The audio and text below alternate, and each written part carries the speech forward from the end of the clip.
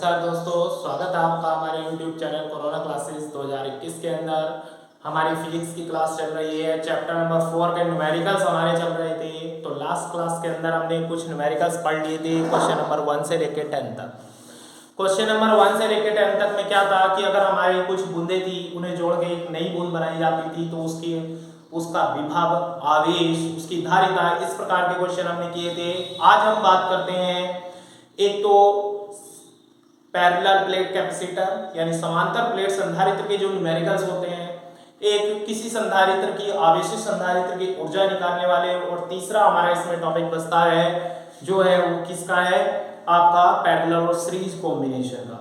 3 type के numericals हैं, तीनों को मैं 2-2 3-3 न्यूमेरिकल तीनों के करा देता हूं, और बाकी आप खुद करेंगे, मैं पीडीएफ भेज दूंगा, ठीक, या आप हमारे व्हाट्सएप नंबर से पीडीएफ को देख सकते हैं। मैं आपको स्टेटस पे शेयर कर दूंगा, वहां से देख सकते हैं, ठीक, या मुझसे कांटेक्ट कर सकते हैं। डिस्क्रिप्शन में भी मैं इसका लिंक दे दूंगा, वहां से आप डाउनलोड कर सकते हैं। देखिए क्वेश्चन नंबर, आज हम बात करते हैं क्वेश्चन नंबर 11 है। एक समांतर प्लेट संधारित्र की प्रत्येक प्लेट का क्षेत्रफल, प्रत्येक प्लेट का क्षेत्रफल दिया है 3 × 10⁻² मीटर स्क्वायर। प्लेटों के बीच की दूरी 0.6 मिलीमीटर, यानी डी का मान है 0.6 मिलीमीटर। मिलीमीटर के मीटर बनाने के लिए 10⁻³ से गुणा करते हैं। उसके बाद ये कहता है इसे 1000 वोल्ट विभवांतर तक आवेशित किया जाता है। 1000 वोल्ट हो गया V का मान। इसके बाद ये कहता है इसमें कितनी ऊर्जा संचित होगी। देखिए समांतर प्लेट संधारित्र वाले ऊर्जा आपको कैलकुलेट करनी है, U का मान। तो सबसे पहले U बराबर फॉर्मूला होता है 1/2 CV², यानी C की वैल्यू आपको कैलकुलेट करनी पड़ेगी। और समांतर प्लेट संधारित्र की धारिता का सूत्र ये होता है एप्सिलॉन 0 का मान 8.85 × 10⁻12। A का मान आपका हो गया 3 × 10⁻², और उसके बाद D का मान हुआ 0.6 10⁻³ इसे सॉल्व करेंगे। C की वैल्यू आएगी तो U का फॉर्मूला लगाएंगे 1/2 CV²। V की वैल्यू रख देंगे, C की वैल्यू रख देंगे, कैलकुलेशन करेंगे, आपका आंसर आ जाएगा। उसके बाद हम एक क्वेश्चन और पढ़ लेते हैं समांतर प्लेट संधारित्र का। इससे नेक्स्ट क्वेश्चन है क्वेश्चन नंबर 12, ऊर्जा वाला ही है, इसी तरीके का क्वेश्चन है। ये कहता है एक 8 माइक्रोफैराड के संधारित्र, एक 8 माइक्रोफैराड के फैराड बनाने के लिए 10⁻6 से गुणा करते हैं के संधारित्र का विभवांतर 20 वोल्ट से 30 वोल्ट कर दिया जाता है। यानी V1 है आपका 20 वोल्ट और V2 आपका है 30 वोल्ट। 30 वोल्ट कर दिया जाता है। आपसे कहता है ये इसकी स्थितिज ऊर्जा में हुई वृद्धि ज्ञात कीजिए, यानी U का मान निकालना है, डेल्टा U का। तो देखिए वृद्धि हुई है यानी बाद में ज्यादा होगी ऊर्जा और पहले कम होगी। फॉर्मूला लगाया 1/2 C का कॉमन आ गया, V2² - V1², वैल्यू पुट करेंगे चारों। 1/2 ऐसे ही है, C की वैल्यू रख देंगे, V2 की वैल्यू रख देंगे, V1 की वैल्यू रख देंगे, आपका आंसर आ जाएगा।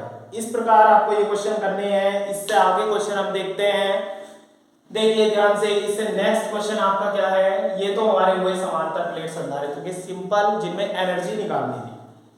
अब हम बात करते हैं इसमें इस तरह के क्वेश्चंस की, जैसे आपको दिया हुआ है क्वेश्चन नंबर 18 से पहले क्वेश्चन नंबर देख लेते हैं हम 15। क्वेश्चन नंबर 15 है हमारा, एक वायु संधारित्र की धारिता 2 माइक्रोफैराड है। माइक्रोफैराड को फैराड बनाएंगे 10⁻6। फिर कहता है यदि उसकी प्लेटों के बीच में कोई अन्य माध्यम रखने पर धारिता 12 माइक्रोफैराड हो जाती है। प्लेटों के बीच में दूसरा माध्यम ये तो है वायु संधारित्र यानी C0, अन्य माध्यम रखा तो धारिता कितनी होगी 12 माइक्रोफैराड, यानी 12 × 10⁻6 फैराड। आपसे पूछता है माध्यम का परावैद्युतांक। तो याद करिए हमने एक रिलेशन पढ़ा था कि जब किसी संधारित्र की प्लेटों के बीच कोई परावैद्युत रख दिया जाता है तो उसकी धारिता जो है K गुनी हो जाती है, यानी कि C/C0 बराबर पढ़ा है हमने K। तो C की वैल्यू रख देंगे यहाँ पर 12 × 10⁻6, C0 की 2 × 10⁻6, ये माध्यम का परावैद्युतांक कैलकुलेट हो जाएगा जो भी इसमें आएगा। इससे 1 कैंसिल, 2 से 2 6 12, यानी 6 आपका आंसर आ जाएगा। इसी प्रकार का एक क्वेश्चन है 18, एक क्वेश्चन और है 18 और देख लीजिए। एक समांतर प्लेट संधारित्र की प्लेटों का व्यास, प्लेटों का व्यास दिया है, व्यास से हम त्रिज्या निकाल सकते हैं 8/2, क्योंकि त्रिज्या व्यास की आधी होती है और 10 की घात -2 से मल्टीप्लाई कर लेंगे, मीटर बन जाएगा ये। उसके बाद ये कहता है प्लेटों के बीच वायु भरी है यदि संधारित्र की धारिता 100 सेंटीमीटर त्रिज्या के गोले, गोले की त्रिज्या को हमने कैपिटल आर माना, ये संधारित्र की है, ये तो है संधारित्र की त्रिज्या, और ये किसकी है, दूसरी वाली गोले की। तो गोले की दे रखी है 100 सेंटीमीटर, सेंटीमीटर के मीटर बनाएंगे, 100 गुणा 10 की घात -2 या 1 मीटर। ये कह रहा है इसकी धारिता के समान है, तो प्लेटों के बीच की दूरी की गणना कीजिए। तो देखिए डी का मान निकालना है। सबसे पहली बात गोले की धारिता और संधारित्र की धारिता बराबर है, तो संधारित्र की धारिता बराबर गोले की धारिता, गोले की धारिता। इस प्रकार से काम करना है आपको। तो देखिए संधारित्र की धारिता एप्सिलॉन 0 a बटे d, गोले की धारिता आएगी 4 पाई एप्सिलॉन 0 a, यानी कि हमने उसकी त्रिज्या को r बोला है तो r। उसके बाद एप्सिलॉन 0 का मान रख लेंगे, a की जगह रखेंगे पाई r स्क्वायर, गोले की त्रिज्या संधारित्र की त्रिज्या को स्मॉल r बोला है और गोले की त्रिज्या को कैपिटल R, ऐसा रख लेंगे। अपोन में d पाई r स्क्वायर रखा 4 पाई एप्सिलॉन 0 कैपिटल R, पाई से पाई कैंसिल होगा, एप्सिलॉन 0 से एप्सिलॉन 0, बाकी वैल्यू पुट करेंगे और यहां से किसकी स्मॉल d की वैल्यू कैलकुलेट कर लेंगे। क्लियर है बात इतनी। अब इसके बाद हमारे क्वेश्चन आते हैं पैरेलल और सीरीज कॉम्बिनेशन के। पैरेलल और सीरीज कॉम्बिनेशन के क्वेश्चन करेंगे। उसके लिए देखिए, तो देखिए यहाँ पर दिए हुए हैं 3 क्वेश्चन मैंने आपको लिख दिए इस तरह के सीरीज और पैरेलल कॉम्बिनेशन के।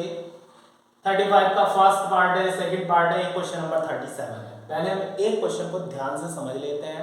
सबसे पहली बात इस तरह के क्वेश्चंस को करने के लिए पता होना चाहिए सीरीज कब है और पैरेलल कॉम्बिनेशन कब है। तो सीरीज कॉम्बिनेशन की बात अगर हम करें तो देखिए अगर करंट फ्लो हमारा सेम डायरेक्शन में जा रहा है, यानी एक संधारित्र में जो करंट है वही दूसरे में, आवेश का प्रभाव सभी संधारित्रों में एक जैसा है, तो इसका मतलब हमारा क्या है, अगर सभी संधारित्र इस प्रकार जुड़े हैं, एक सिरा उसका दूसरी प्लेट दूसरे वाले की पहली प्लेट से, इसकी दूसरी प्लेट तीसरे वाले की पहली से, इस तरह से जुड़े हैं, या ये कह लीजिए करंट का फ्लो, या ये कह लीजिए चार्ज जो है सेम डायरेक्शन में है, तो इसका मतलब हम क्या बोलेंगे, इसे ये सीरीज कॉम्बिनेशन है।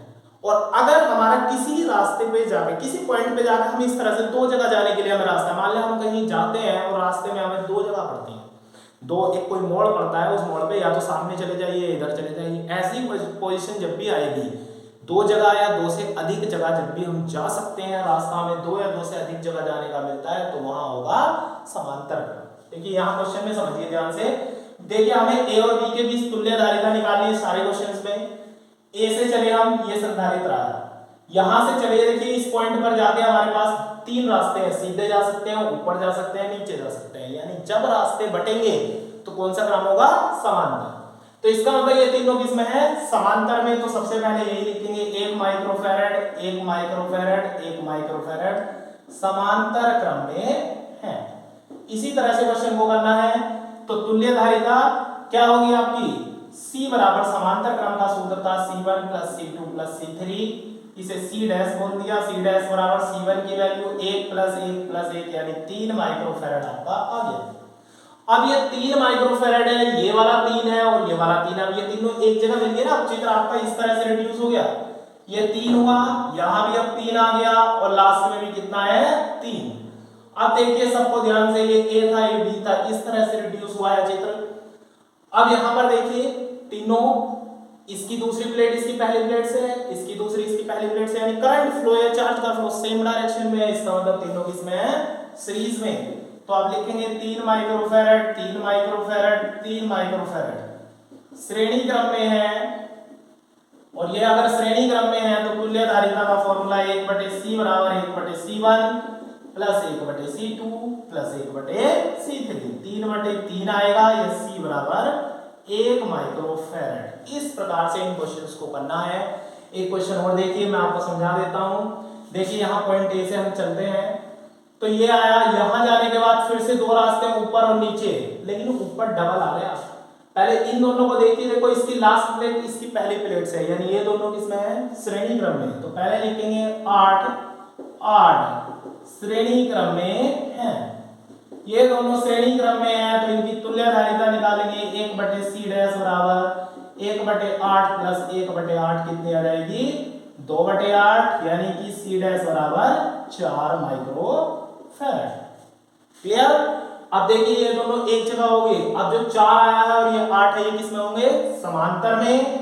तो 4 तथा 8 समांतर क्रम में है, समांतर क्रम में है और समांतर क्रम में c डबल डैश बोल देंगे c1 प्लस c2 यानी 12 माइक्रोफैराड।